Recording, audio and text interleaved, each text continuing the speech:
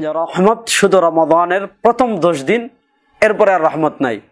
মাগফিরাত শুধু দ্বিতীয় 10 দিন, এরপরে আর মাগফিরাত নাই। জাহান্নাম থেকে মুক্তি শুধু শেষে 10 দিন, আর না। ব্যাপারটা এমন না।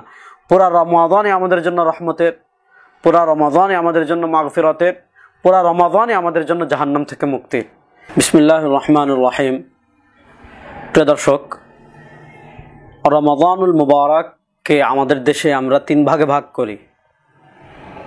প্রথম ভাগ রহমতের, দ্বিতীয় ভাগ মাগফিরাতের, তৃতীয় ভাগ জাহান্নাম থেকে মুক্তির, নাজাতের।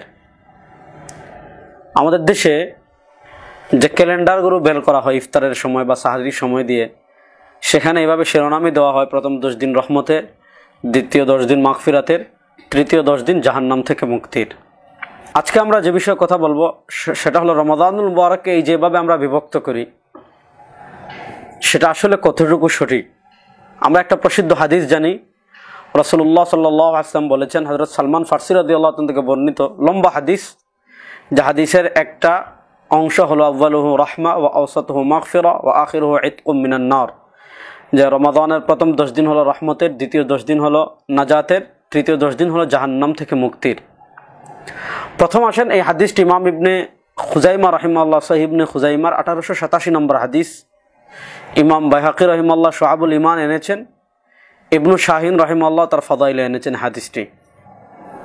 এই হাদিসের কারণেই মূলত রমাদান মুবারক এইভাবে বিভক্ত করা হয়। প্রথম কথা মনে রাখবেন, ইমাম আইনি রাহিমাহুল্লাহ সহ মুহাদ্দিসিনে কেরামের এক জামাত বলেছেন, এই হাদিসের মৌলিক অনেকগুলো সমস্যা আছে। তার ভিতর একটা সমস্যা হলো, এই হাদিসের বর্ণাকারী হলেন আলী ইবনে যায়েদ ইবনে জুদআন। তিনি মুহাদ্দিসিনে কেরামের কাছে বিতর্কিত বর্ণাকারী, যার কারণে ইমাম আইনি রাহিমাহুল্লাহ সহ আরও অনেক ইমামগণ এই হাদিসকে জয়ীফ বলেছেন। এই হাদিসেই এইভাবে ভাগ করা হয়েছে। তো এর অর্থ এই নয় যে রহমত শুধু রমাদানের প্রথম 10 দিন, এরপরে আর রহমত নাই। মাগফিরাত শুধু দ্বিতীয় 10 দিন, এরপরে আর মাগফিরাত নাই। নাজাতের, জাহান্নাম থেকে মুক্তি শুধু শেষে 10 দিন, আর না। ব্যাপারটা এমন না।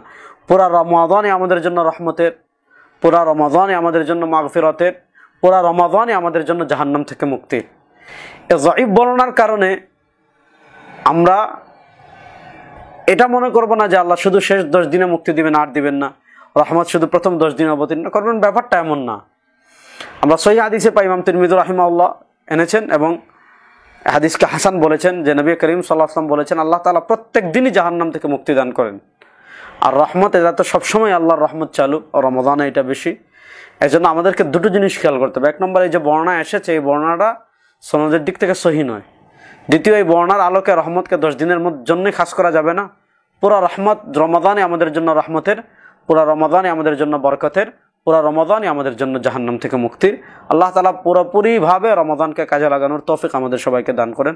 আজ পর্যন্ত আসসালামু আলাইকুম ওয়া রাহমাতুল্লাহি ওয়া বারাকাতুহু।